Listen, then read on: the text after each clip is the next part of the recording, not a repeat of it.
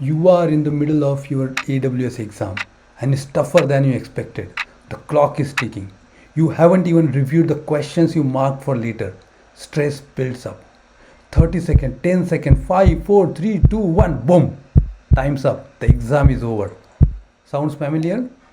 Imagine if you had 30 more minutes. Yes, 30 more minutes. What a lifesaver.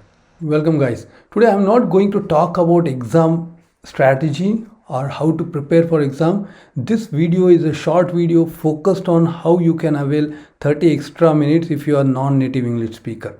There are other videos where we talk about certification, how to prepare for it. And this idea of creating video came from my interaction with one of my newfound friend on LinkedIn. He reached out for talking about exam preparation, my suggestions how to go about preparing for exam, and that's when I talked about this 30 minutes. And I wasn't sure that whether a person know about this 30 minutes or this the accommodation or not, but still I talked about it, and he was pleasantly surprised to hear that he availed it and he could able to pass the exam, and he was very happy at the end of it, right? So I want same for you guys, and that's when I thought about sharing this information with each one of you.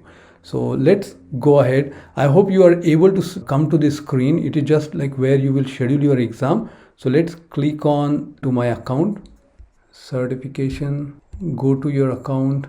So once you are here, on the left side you can see exam registration.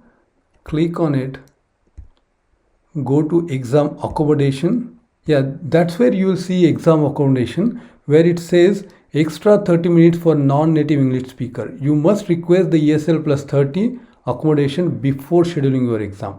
To request it, select request accommodation below. You can see it here. Note, if you already scheduled the exam and realize you forgot to add ESL plus 30, you must cancel the registration at the Pearson view. Return to this page, add the accommodation, then reschedule the exam. So if you already have scheduled the exam, but you want to avail these 30 minutes, then you have to cancel your exam, put like request for this accommodation and reschedule the exam. You haven't scheduled the exam yet, then it's simple. You just request for accommodation, wait for the accommodation to be approved, and then schedule your exam. But it is very important to note that it has to happen before requesting for schedule. Okay, so like I'll just go to request accommodation, click on it, and here you can add accommodation name. If you want, you can add notes and just request accommodation. That's it for requesting accommodation. Once the accommodation is available for you, you can come back to this page, go to schedule an exam and schedule your exam. And I'm sure this 30 minutes are going to help you a lot. And once you are done this once, request accommodation, you don't need to do it for the other AWS exam in the future. For me, once I have done it once, and I'm like, whenever I'm scheduling the exam, this accommodation is considered, and I'm always getting 30 minutes, and this hugely helpful during your exam.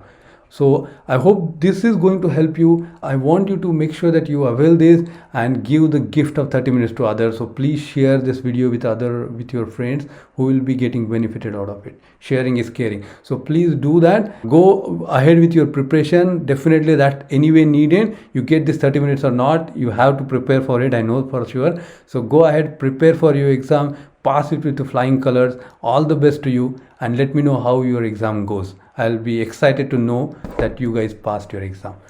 Thank you.